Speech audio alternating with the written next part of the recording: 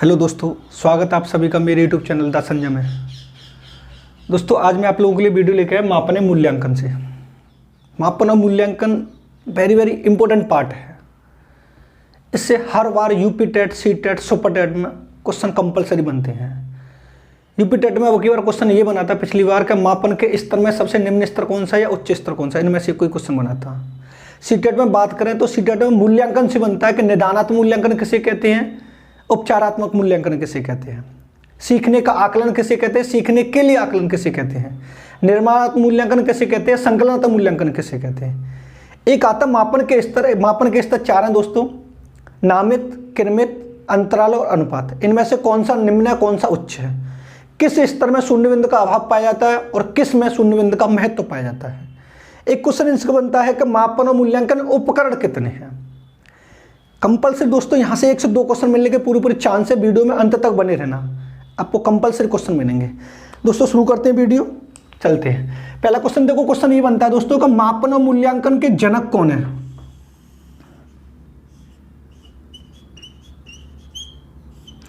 तो इसके जनक है स्टीवेंसन। अगर उसने पूछा कि मापन और मूल्यांकन के जनक कौन है दोनों के दोस्तों, तो स्टीवेंसन। अगर क्वेश्चन वो ये कहता है कि मापन और मूल्यांकन के क्षेत्र में सबसे ज्यादा कार्य किस मनोवैज्ञानिक ने किया है, स्टीवेंसन ने। अब देखते हैं दोनों क्या होता है। देखो मापन हमेशा प्रत्यक्ष होता है, मूल्यांकन अप्रत्यक्ष होता है। ठीक है दोस्तों, मापन का जो क्षेत्र होता है वो संकुचित होता है दोस्तों, लेकिन मूल्यांकन का क्षेत्र व्यापक होता है। ठीक है दोस्तों, मापन जो होता है वो विशिष्ट क्षेत्रों में होता है,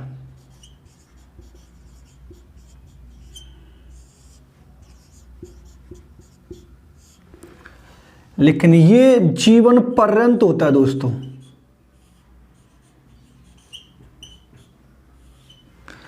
दोस्तों मूल्यांकन हमेशा गुणात्मक होता है, लेकिन मापन मात्रात्मक होता है दोस्तों।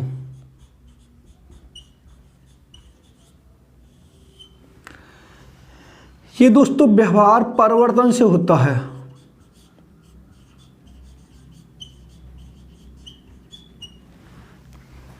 ये दोस्तों संख्यात्मक होता है।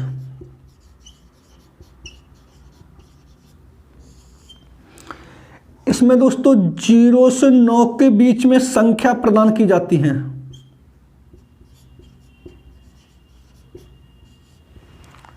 और यहां पर दोस्तों विशेषताओं का वर्णन किया जाता है।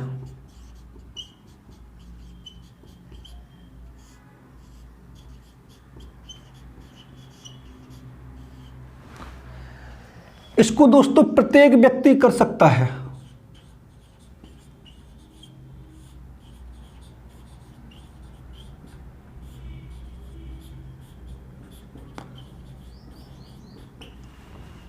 लेकिन दोस्तों इसके लिए विशेषज्ञ की आवश्यकता होती है।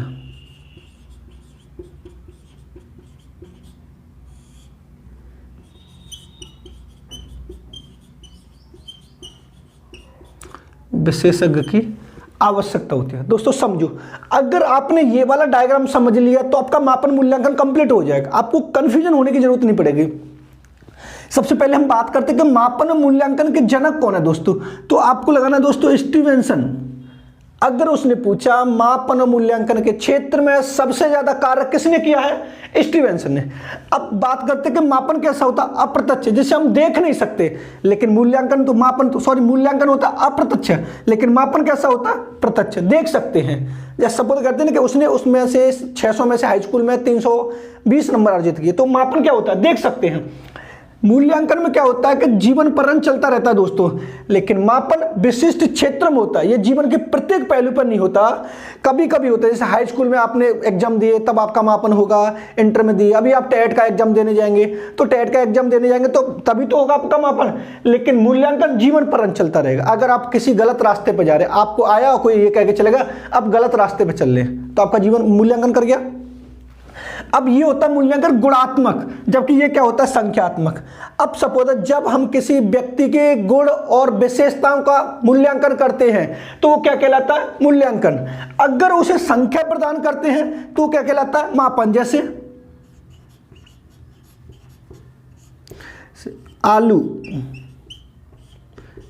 40 किलोग्राम है, 40 रुपए प्रति किलोग्राम है, प्रति किलोग्राम है।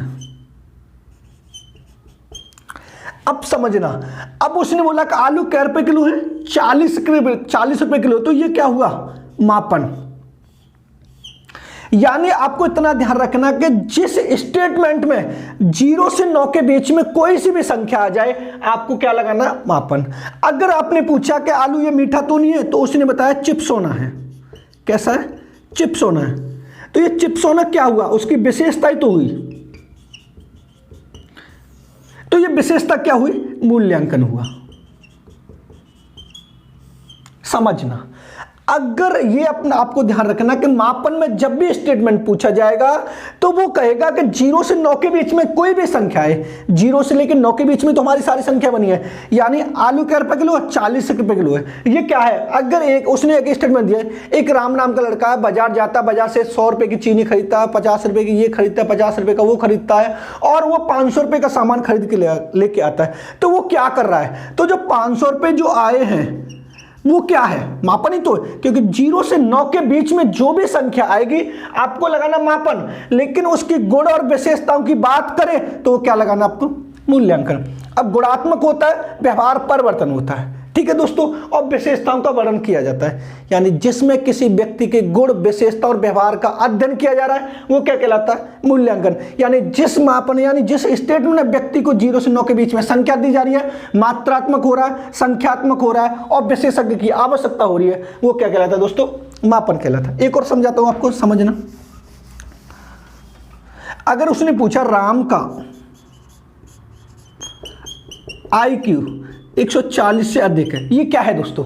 अगर उसने स्टेटमेंट दिया कि राम का जो IQ है या राम की बुद्धि लब्धि है वो 140 से अधिक है, क्या मापन है मूल्यांकन। सिंपल सा फंडा मापन है, क्योंकि मैंने आपको बताया मापन में 0 से 9 के बीच में जितनी भी संख्या आएंगी वो क्या कहलाएगा मापन कहलाएगा। अब उसने एक और स्टेटमेंट दिया,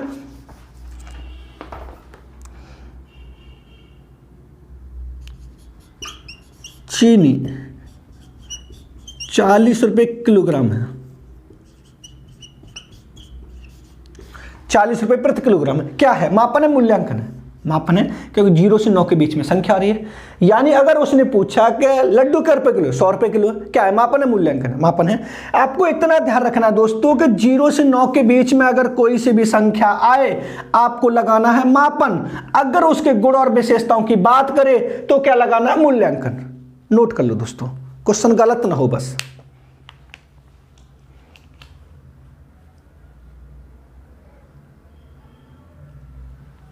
आगे चलते हैं, अब हम इनको डिटेल में पढ़ते हैं मापन और मूल्यांकन अलग से, कि मापन किसे कहते हैं और मूल्यांकन किसे कहते हैं। अब डालिए आप सबसे पहले हेडिंग मापन।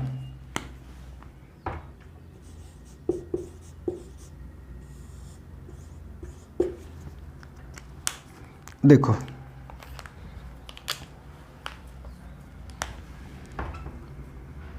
इसके जनक की बात करें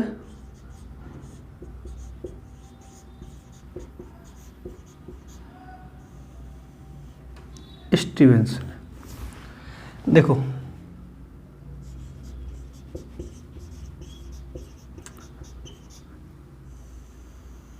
मनोविज्ञान के क्षेत्र में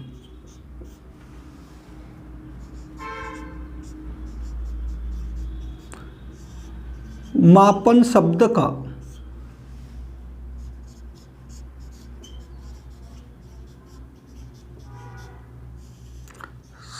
सर्वप्रथम प्रयोग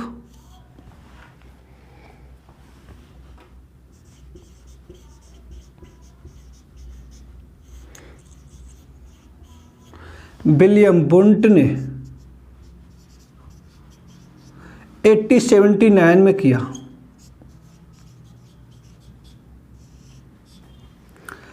मापन में किसी व्यक्ति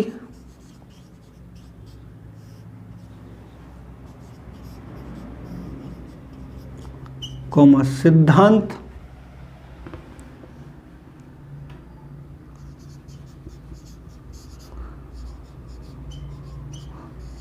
और वस्तुओं का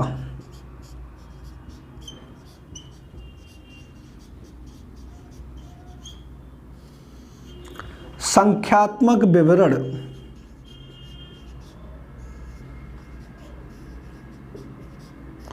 प्रदान किया जाता है। अतः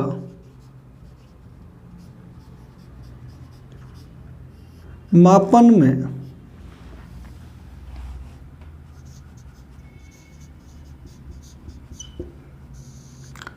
संख्याएं प्रदान की जाती हैं। ठीक है, नोट डाल के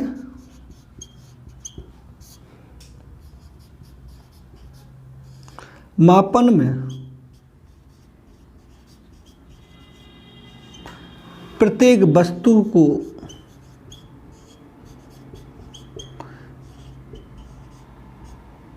जीरो से 9 के बीच में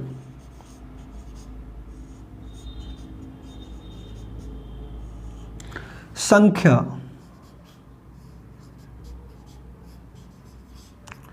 प्रदान की जाती है। जैसे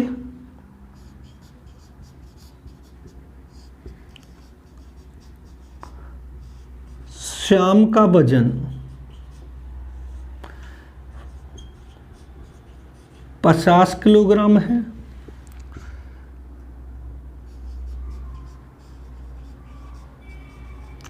मोहन का IQ 120 है।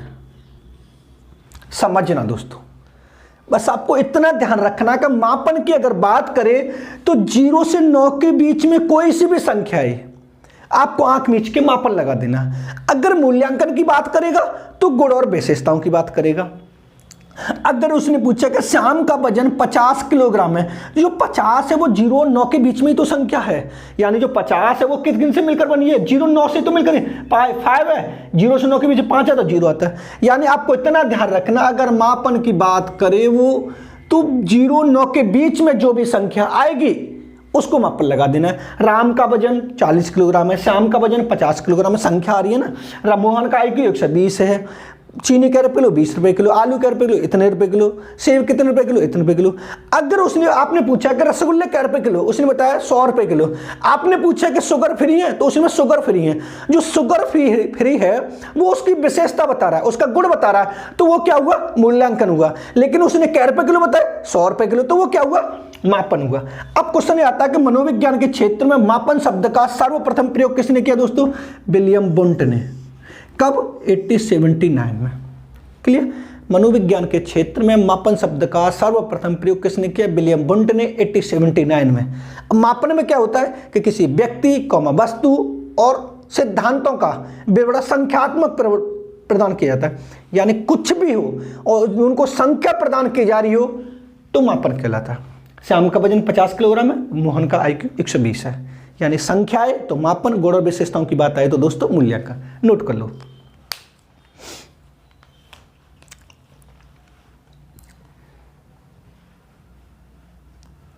आगे चलते हैं दोस्तों।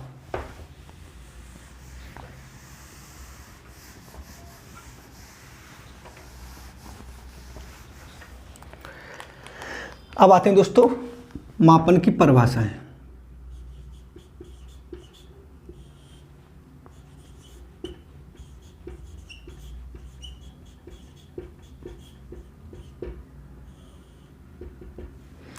इनको वेरी वेरी इंपॉर्टेंट डाल लेना।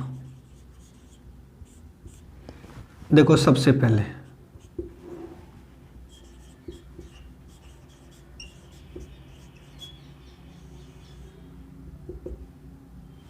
कॉम्पवेल की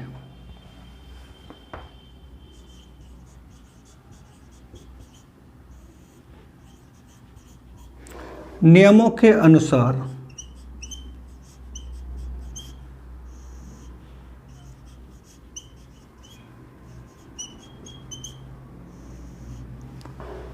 वस्तुओं एवं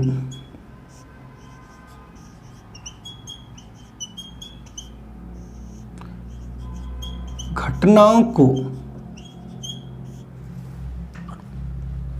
अंक प्रदान करने की प्रक्रिया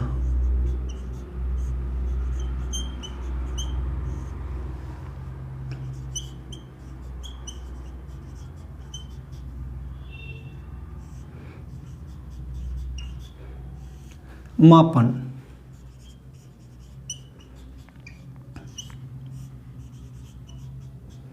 कहलाती है।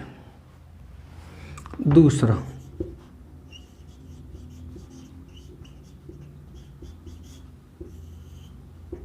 करलिंगन। मापन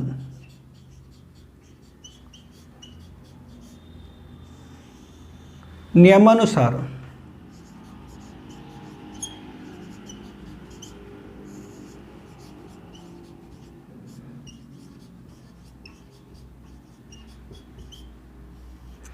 वस्तु एवं घटनाओं को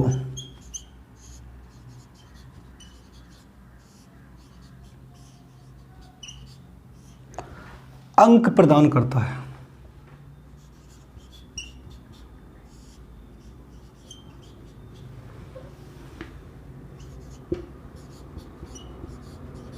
रॉस्की।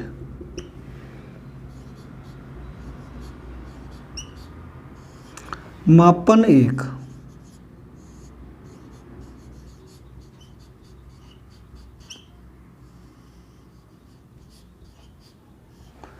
परमाणुकरण की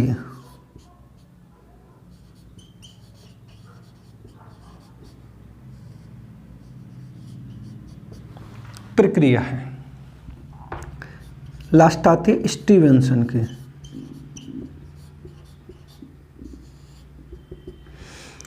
किन्हीं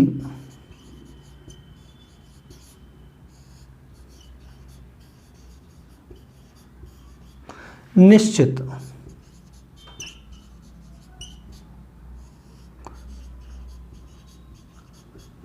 स्वीकृत नियमों के अनुसार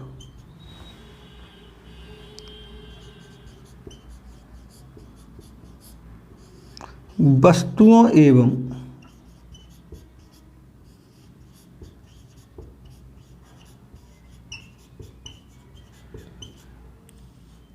घटनाओं को अंक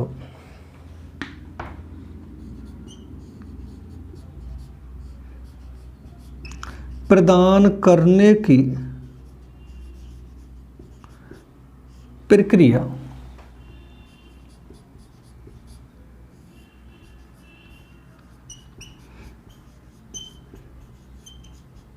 मापन कहलाती है।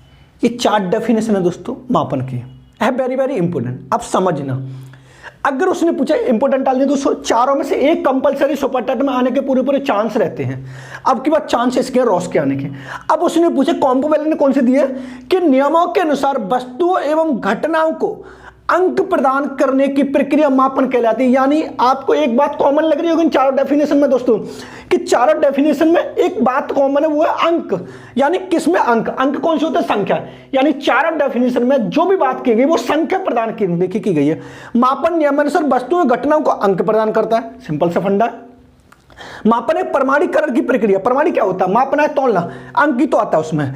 किन्हीं निश्चित स्वीकृत नियमों के अनुसार वस्तुओं एवं घटनाओं को अंक प्रदान करने की प्रक्रिया मापन कहलाती है।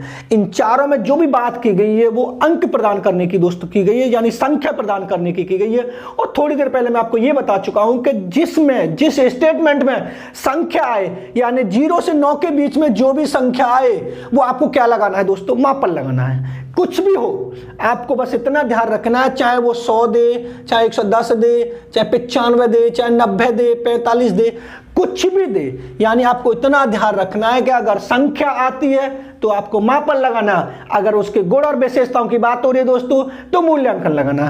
अब ये चार डेफिनेशन, इनमें से एक कंपलसरी आपको यूपी टेट या सुपर टेट मिलने के पूरे पूरे चांस रहते हैं दोस्तों, नोट कर लो इसको।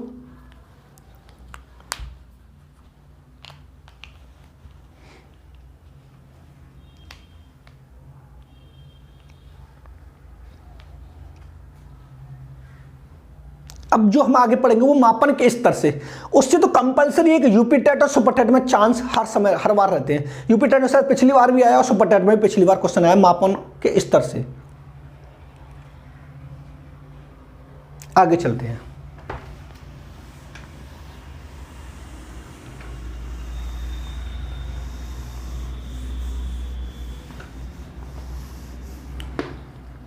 देखो दोस्तों,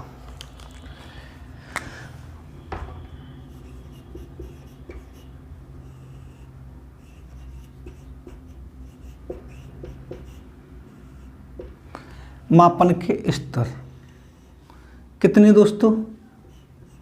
चार। पहला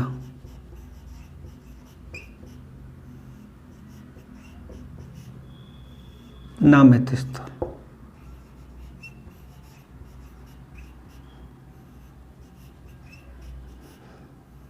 क्रमित स्तर,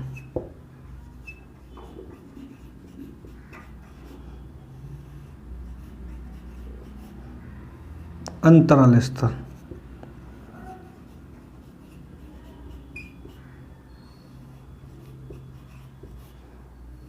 अनुपात स्तर। अगर वो कहता है, बताया किसने, तो स्टीवेंसन ने बताया।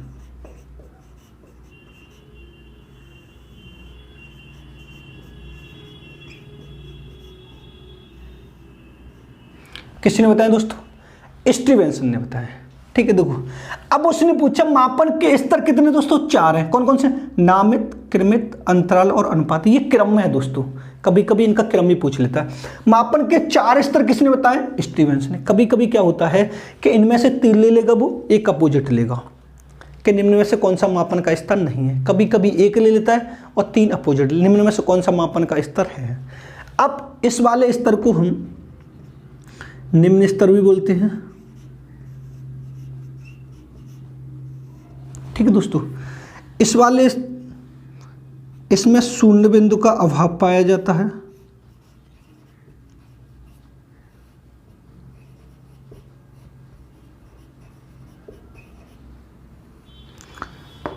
इसको हम दोस्तों उच्च स्तर भी बोलते हैं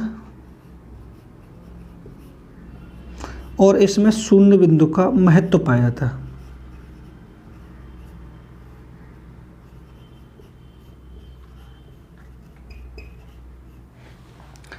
यहां से आपको एक क्वेश्चन मिलने के पूरे पूरे चांस है। क्वेश्चन कैसे आता है कि मापन का सबसे निम्न स्तर कौन सा है? नामित स्तर। मापन का उच्च स्तर कौन सा है? अनुपात स्तर। मापन के किस स्तर में शून्य बिंदु का अभाव पाया जाता है? अंतराल स्तर। मापन के किस स्तर में शून्य बिंदु का महत्व पाया जाता है? अनुपात स्तर में। दोस्तों कैसे?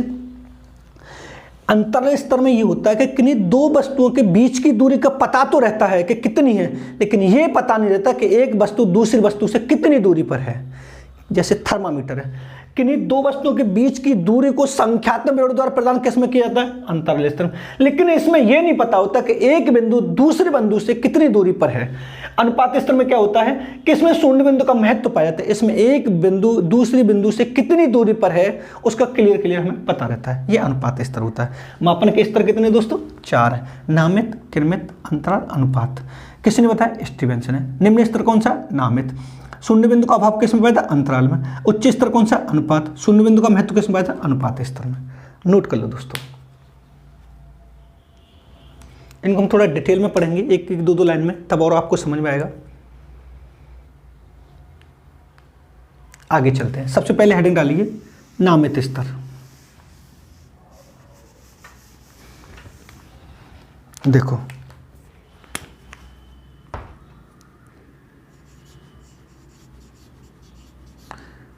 यह स्तर मापन का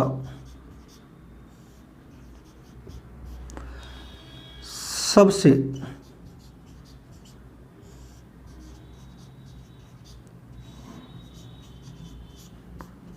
निम्न स्तर है।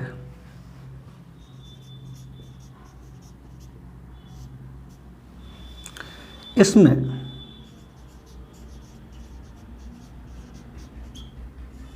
व्यक्तियों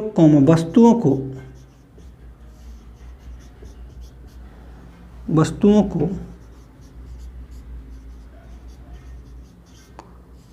उनके गुण एवं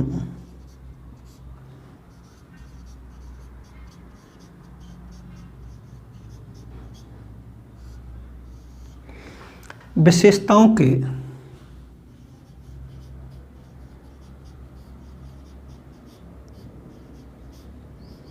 आधार पर कोई नाम दिया जाता है। जैसे डॉक्टर, वकील,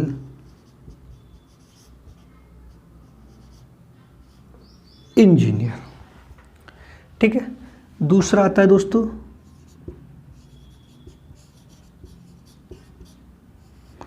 क्रमित स्तर।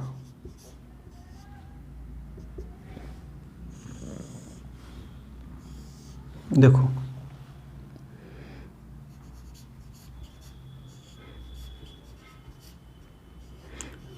इस स्तर को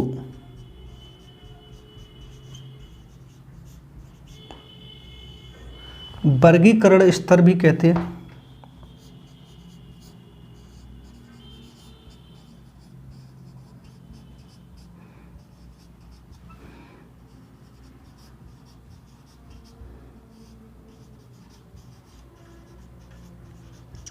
इसमें व्यक्तियों को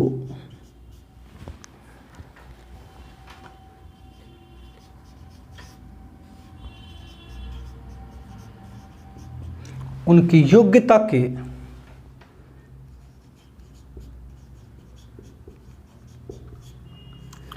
आधार पर कोई स्थान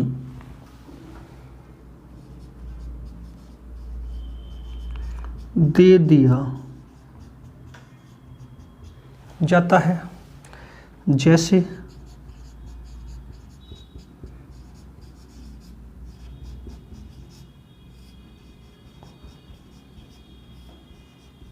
परिणाम आने पर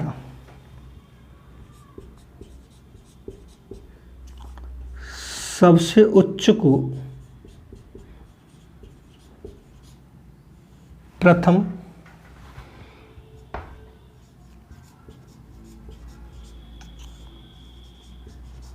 उससे कम को द्वितीय तथा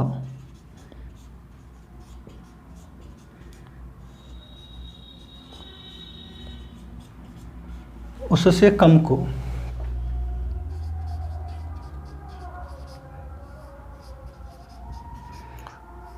तृतीय स्थान दिया जाता है। समझना दोस्तों, बड़ा इंपॉर्टेंट है यहां से। अब उसने पूछा नामित स्तर, यानी सबसे निम्न स्तर कौन सा है दोस्तों? नामित स्तर है। यानी किस स्तर में व्यक्ति के गुण और विशेषताओं के आधार पर उनका कोई एक नाम दिया जाता है? नामित स्तर में। यानी व्यक्ति को उनकी गुण और विशेषताओं के आधार पर कोई नाम दे दिया जाता है। जैसे डॉक्टर होता है तो उनकी विशेषता, हर किसी डॉक्टर थोड़ी ना कह सकते, उनका गुण और विशेषता है जिससे वो जिनकी पहचान हो रही है उनके आधार पर। वकील है, हर किसी को वकील थोड़ी ना कह, इंजीनियर हर किसी को इंजीनियर थोड़ी ना कह सकते। यानी उनकी गुण और विशेषताओं के आधार पर जिन व्यक्तियों जिन वस्तुओं को कोई नाम दे दिया जाता है उनको क्या बोला जाता है? नामित स्तर। क्वेश्चन ये पूछता है मापन के किस स्तर में व्यक्ति को उनके गुण और विशेषताओं के आधार पर वर्गीकृत किया जाता है? नामित स्तर में। ठीक है दोस्तों। किनमित स्तर में, इस स्तर को वर्गीकरण स्तर भी कहते हैं। कौन सा स्तर भी कहते हैं दोस्तों? वर्गीकरण स्तर कहते हैं, क्योंकि इस स्तर में व्यक्ति की योग्यता के आधार पर, अब यहां पर तो था गुण और विशेषताओं के आधार पर, लेकिन यहां पर क्या है दोस्तों? योग्यता के आधार पर विभिन्न क्रमों में बांटा जाता है। यानी अगर रिजल्ट आएगा तो जो सबसे पहले होगा, हाईएस्ट होगा, उसको प्रथम स्थान दिया जाएगा, उससे कम वाले को सेकंड, उससे कम वाले को तृतीय स्थान दिया जाए। यानी योग्यता के आधार पर तो वो पहला, दूसरा, तीसरा नंबर लेके आया है, लेकिन वहां पर गुण और विशेषताओं के आधार पर ही तो बात हो रही है। ठीक है दोस्तों, नोट कर लो। अगर उसने पूछा कि किस स्तर में व्यक्ति की योग्यता का आकलन किया जाता है, क्रमित स्तर में। किस स्तर में व्यक्ति गुण और विशेषताओं का आकलन किया जाता है, नामित स्तर में। किस व्यक्ति में नाम दिया जाता है, नामित में। उसमें स्थान किस में दिया जाता है, क्रमित स्तर में। नोट कर लो दोस्तों।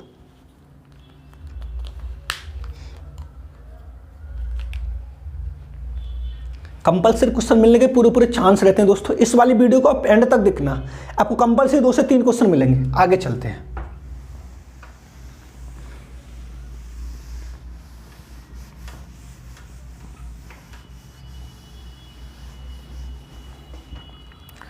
अब आता तीसरा, अंतराल स्तर।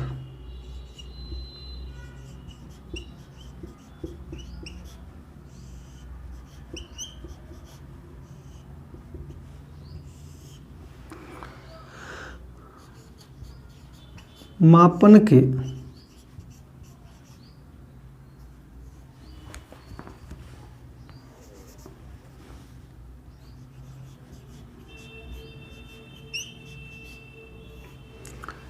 इस स्तर में किन्हीं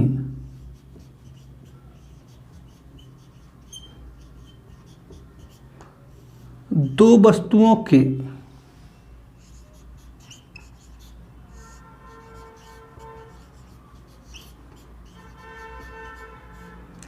बीच की दूरी को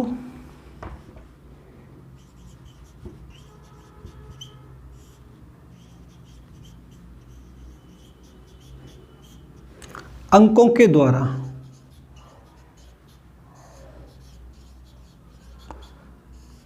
व्यक्त किया जाता है,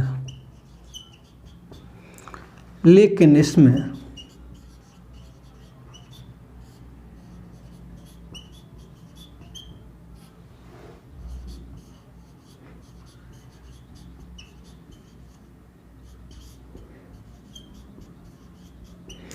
यह पता नहीं होता है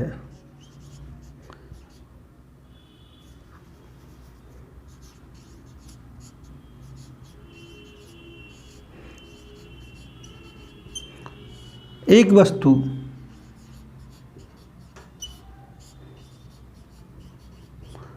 दूसरी वस्तु से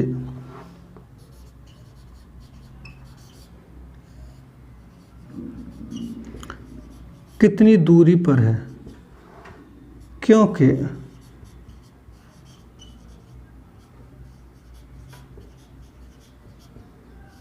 इसमें शून्य बिंदु का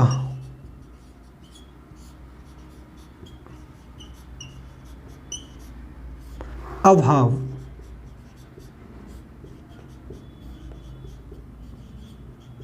पाया जाता है। जैसे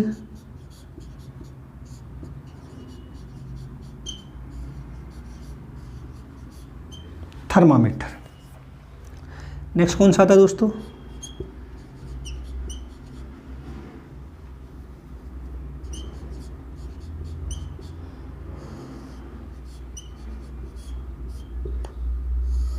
अनुपात स्तर।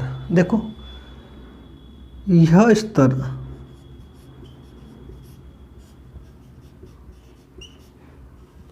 मापन का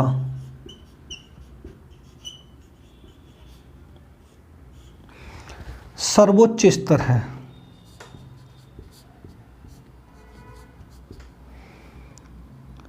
इसमें दो वस्तुओं के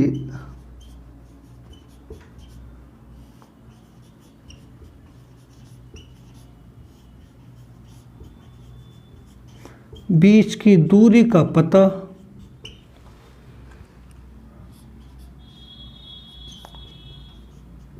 सही सही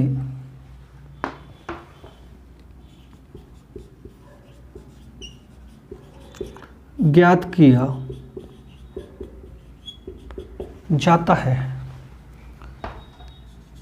क्योंकि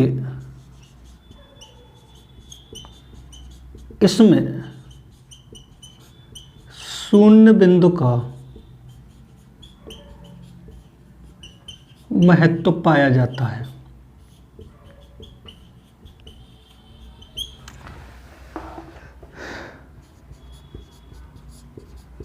जैसे राम का वजन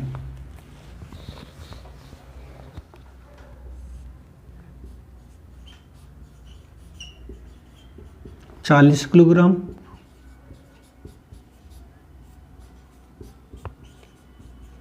श्याम का वजन 80 किलोग्राम है। ठीक है, अतः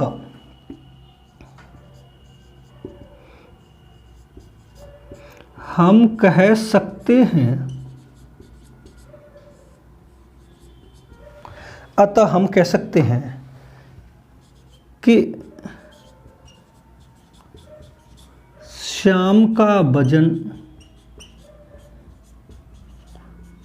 राम के वजन से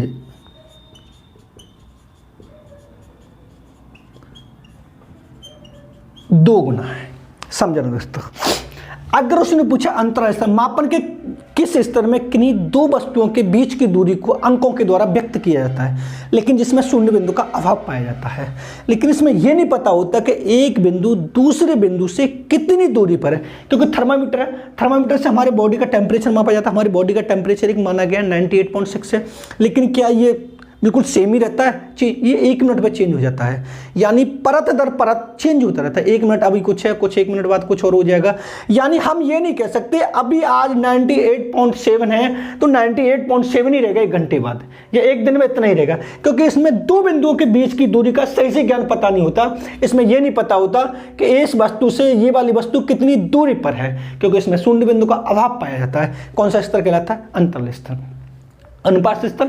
यह मापन का सबसे सर्वोच्च स्तर है, क्योंकि इसमें किन्हीं दो वस्तुओं के बीच की दूरी का सही से ज्ञान पता लगाया जा सकता है, क्योंकि इसमें शून्य बिंदु का महत्व पाया जाता है। मैंने एक एग्जांपल दिया है कि राम का वजन कितना है? 40 किलोग्राम और श्याम का वजन कितना है? 80 किलोग्राम।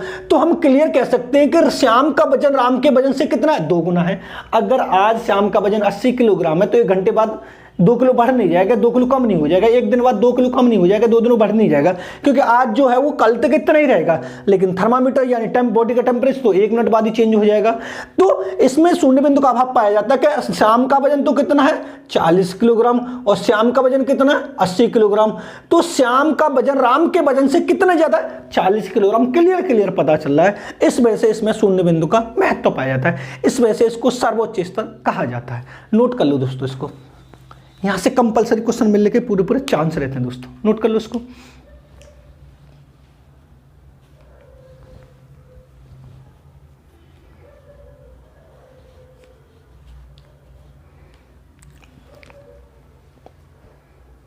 दोस्तों वीडियो को लाइक और शेयर भी कर दिया करें। आगे चलते हैं, ये था दोस्तों मापन। अब चलते दोस्तों हम मूल्यांकन पर।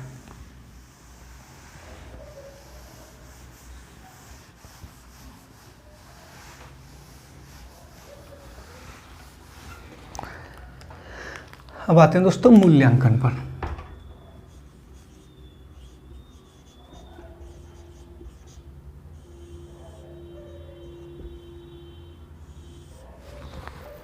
देखो दोस्तों,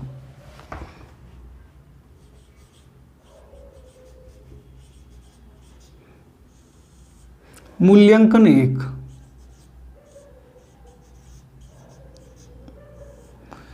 जीवन पर्यंत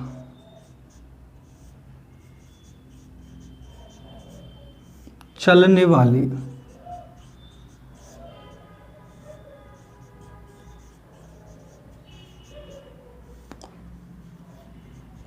प्रक्रिया है।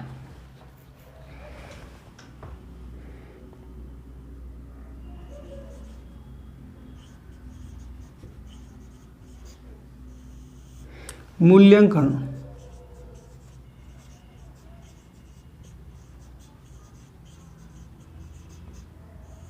शैक्षिक प्रक्रिया से ही नहीं बल्कि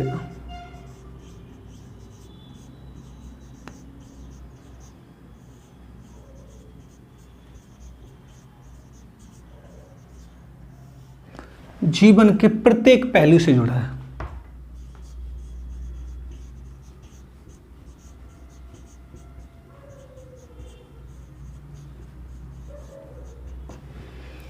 जिसमें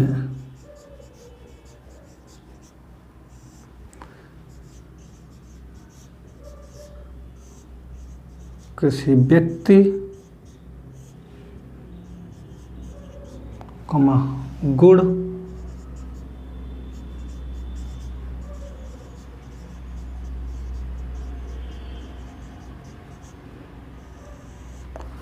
और विशेषताओं का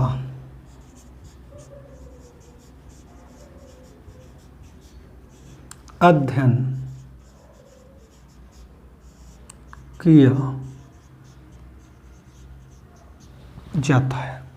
इतना ध्यान रखना दोस्तों, मैंने आपको फिर भी बता रहा हूं, पहले से बताता भी आ रहा हूं कि जिसमें संख्या प्रदान की जाए वो तो मापन है, और जिसमें गुण और विशेषताओं का अध्ययन किया जा रहा हो वो मूल्यांकन है। ठीक है। अगर सबदा आज आपके शाम को आपके घर में खाना बन रहा है, खाना बना, आपने रोटी खाई 4, वो क्या है? मापन है, 4 आई, संख्या आई।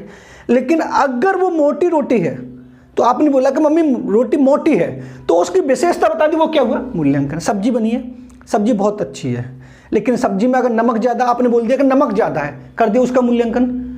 सब्जी पकी नहीं है, कर दिया मूल्यांकन। यानी उसकी गुण और विशेषता बताई जाए, वो क्या कहलाता है? मूल्यांकन कहलाता है। और जहाँ पर संख्या है वो मापन कहलाता है। इसकी दोस्तों डेफिनेशन है,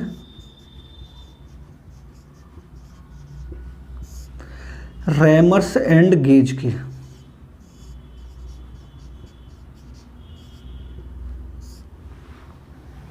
मूल्यांकन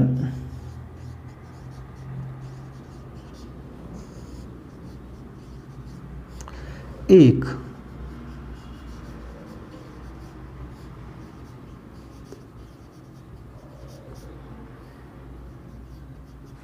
क्रमिक प्रक्रिया है जिसमें व्यक्ति और समाज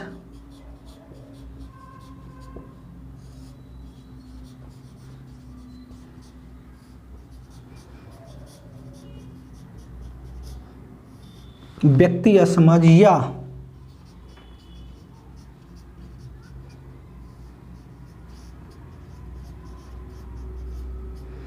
दोनों की दृष्टि से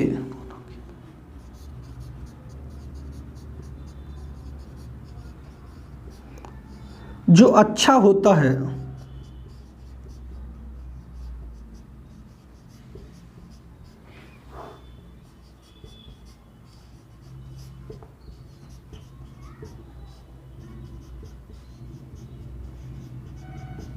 उसे मानकर चला जाता है।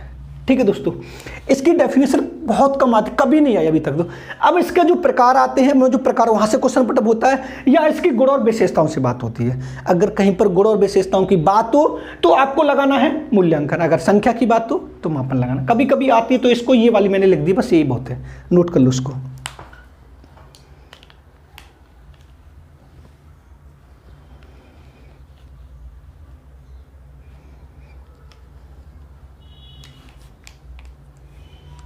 आगे चलते हैं दोस्तों।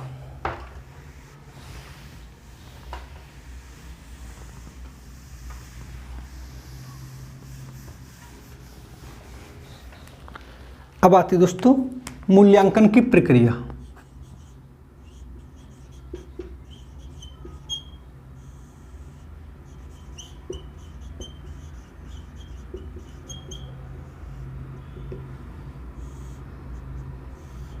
ये वेरी वेरी इंपॉर्टेंट है दोस्तों। ये कैसी दोस्तों? त्रिमुखी है, कई बार पूछी गई है। देखो,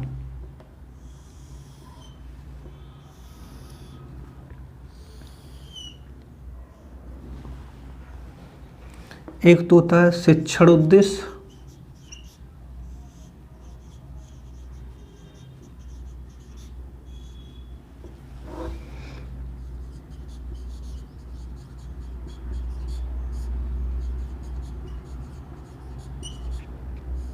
अधिगम अनुभव,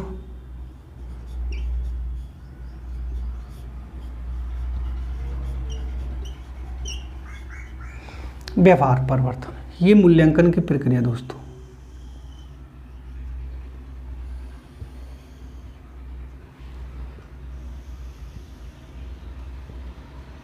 कैसी है? त्रिमुखी। शिक्षण उद्देश्य, अधिगम, अनुभव, व्यवहार, परिवर्तन। कभी कभी कैसा होता है दोस्तों कि इसके 3 ले लेता है, 3 तो ये एक अपोजिट, निम्न में से कौन सा मूल्यांकन की प्रक्रिया का अंग नहीं है, तो इसको कभी कभी मूल्यांकन का नाम भी दे सकता है। तो आप इनको नोट करके देख लेना कौन सा आ रहा कौन सा नहीं आ रहा है, नोट कर लो इनको। अगर ये पूछे मूल्यांकन की प्रक्रिया कैसी है, त्रिमुखी है। शिक्षण उद्देश्य, अधिगम, अनुभव और व्यवहार, परिवर्तन। ठीक है, आगे चलते हैं।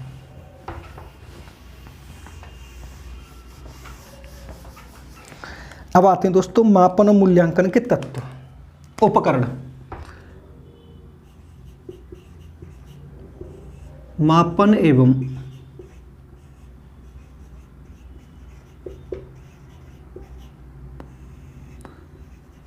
मूल्यांकन के उपकरण, ये वेरी वेरी इंपॉर्टेंट है दोस्तों।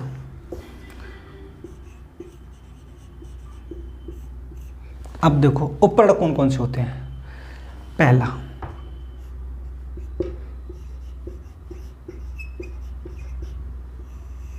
परीक्षण। अब परीक्षण कौन कौन से आते हैं? एक तो आता है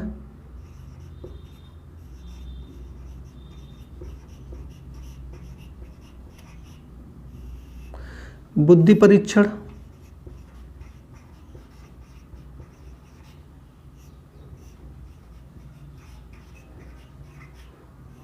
उपलब्धि परीक्षण,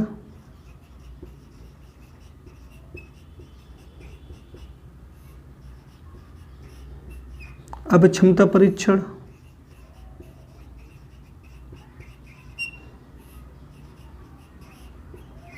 व्यक्तित्व परीक्षण। उसके बाद आता है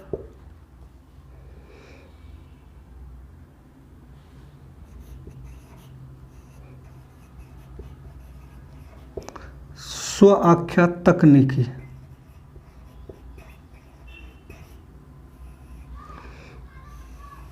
इसमें कौन कौन से आते हैं?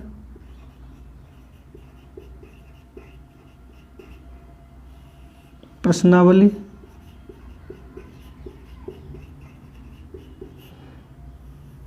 साक्षात्कार,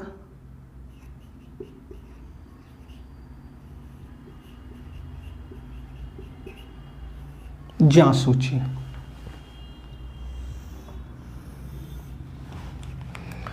उसके बाद आता है प्रेक्षण या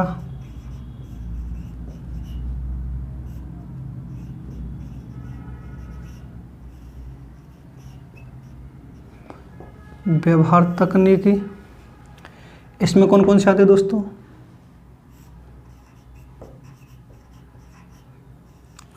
प्रेक्षण,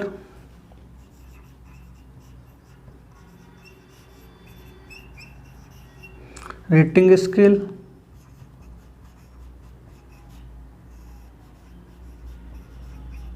समाज मित्र विधि। उसके बाद आता है दोस्तों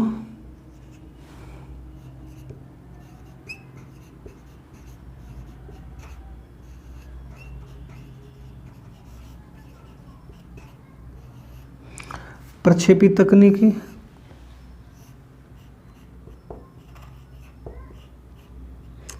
IBT, TAT, CAT, SAT, SET,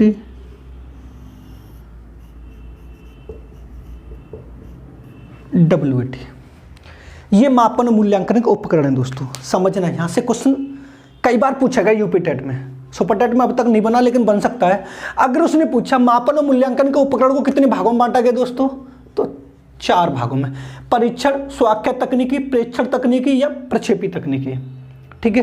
अब परीक्षण कौन कौन से होते हैं? एक तो बुद्धि परीक्षण होता है, एक उपलब्धि परीक्षण होता है, एक अभिक्षमता परीक्षण होता है, एक व्यक्तित्व परीक्षण होता है।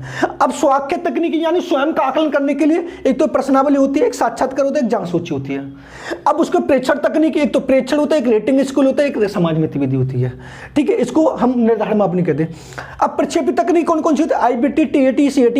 ये वाला जो क्वेश्चन है मैंने वीडियो, जो व्यक्तित्व की वीडियो, जो पर्सनैलिटी की वीडियो बनाई है उसमें ये पूरी डिटेल में पढ़ाई है। अगर आपको वहां पढ़ना हो तो पर्सनैलिटी डाल के, भाई सन्यासा डाल के आप इनको पूरी डिटेल में पढ़ सकते हैं। ये कंपलसरी वेरी वेरी इंपॉर्टेंट है। यूपी टेट और सुपर टेट में ये वाली जो प्रक्षेपित तकनीक है जो मैं पर्सनैलिटी में पढ़ाई है वहां से कंपलसरी 2 से 3 क्वेश्चन लेके आइए। इसको बोलते हैं रोसा साहित्य परीक्षण, इसको प्रासंगिक अंतर्बोध परीक्षण, इसको बालकों का अंतर्बोध परीक्षण, इसको वरिष्ठ अंतर्बोध परीक्षण, इसको वाक्यपूर्ति परीक्षण, इसको शब्दशास्त्र परीक्षण बोलते हैं। इस वाली को पूरी डिटेल में पढ़ना है तो आप पर्सनैलिटी की वीडियो को आप मेरी वाली को देख सकते हैं। अब उसके बाद क्वेश्चन कैसे पुटअप हुआ कि 3 तो यहां से ले ली और 1 यहां से ले ली, निम्न में से कौन सी भिन्न है? तो ये तो स्वाक्य तकनीकी में आती है और ये प्रेक्षण व्यवहार तकनीकी।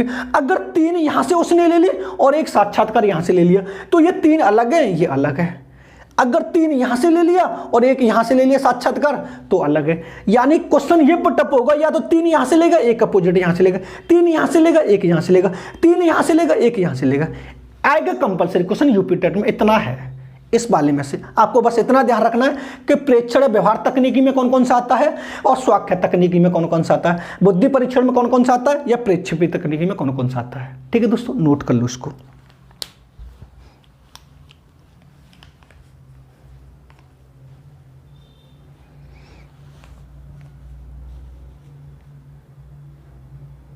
स्क्रीनशॉट ले लेना दोस्तों, आगे चलते हैं।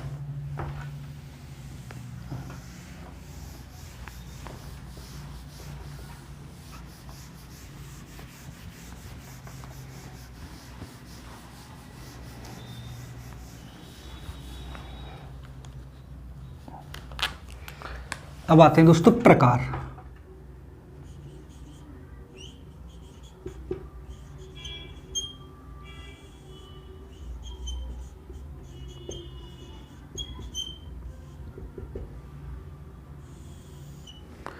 देखो पहला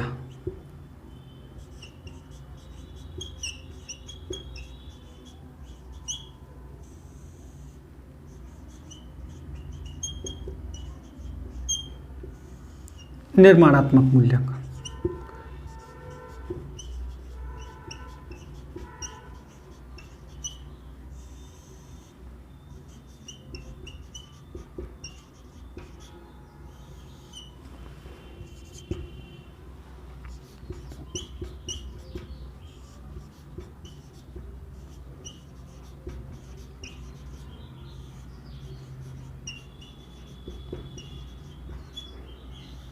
सतत और व्यापक मूल्यांकन।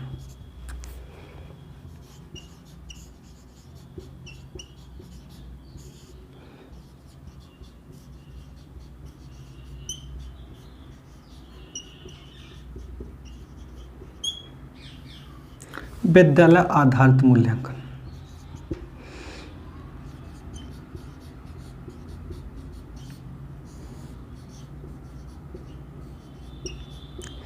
अपसारी चिंतन।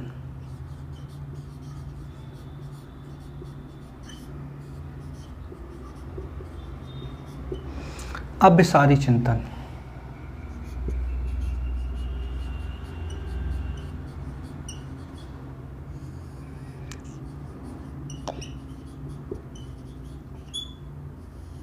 निदानात्मक मूल्यांकन।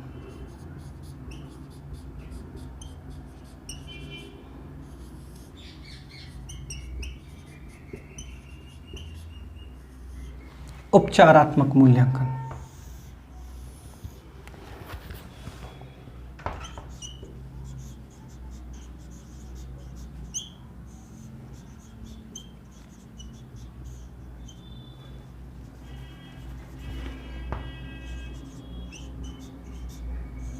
सीखने का आकलन।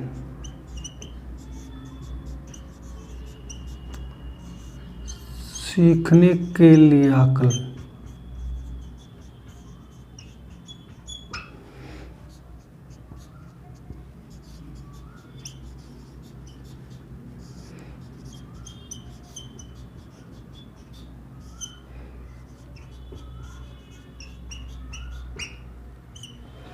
ये दोस्तों इसके प्रकार हैं।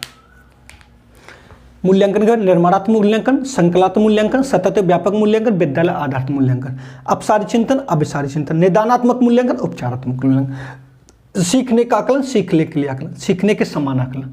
दोस्तों इनको मैं आगे जो वीडियो बनाऊंगा नेक्स्ट उसमें डिटेल में पढ़ाऊंगा। इतना कंपलसरी है। इन 11 जो प्रकार हैं इनमें से सीटेट में कंपलसरी 3 आते हैं, यूपी टेट में 2 और सुपर टेट में 2 कंपलसरी। इसमें से आपको क्वेश्चन मिलने के पूरे चांस है, आते भी हैं। अब ये जो डिटेल में मैं इससे आगे वाली वीडियो में बताऊंगा। अगर दोस्तों वीडियो पसंद आए तो वीडियो को लाइक करें, शेयर करें और कमेंट करना ना भूलें। अगर आप हमारे चैनल पर नए तो हमारे चैनल को सब्सक्राइब करें और बेल आइकन ऑल को प्रेस करें, जिससे आने वाले वीडियो का नोटिफिकेशन आपको मिलता रहे। ठीक है दोस्तों, आप इनको नोट कर सकते हैं। ये जो पूरे डिटेल में पढ़ाऊंगा मैं, आगे जो वीडियो बनाऊंगा नेक्स्ट उसमें पढ़ाऊंगा। वीडियो बने रहना।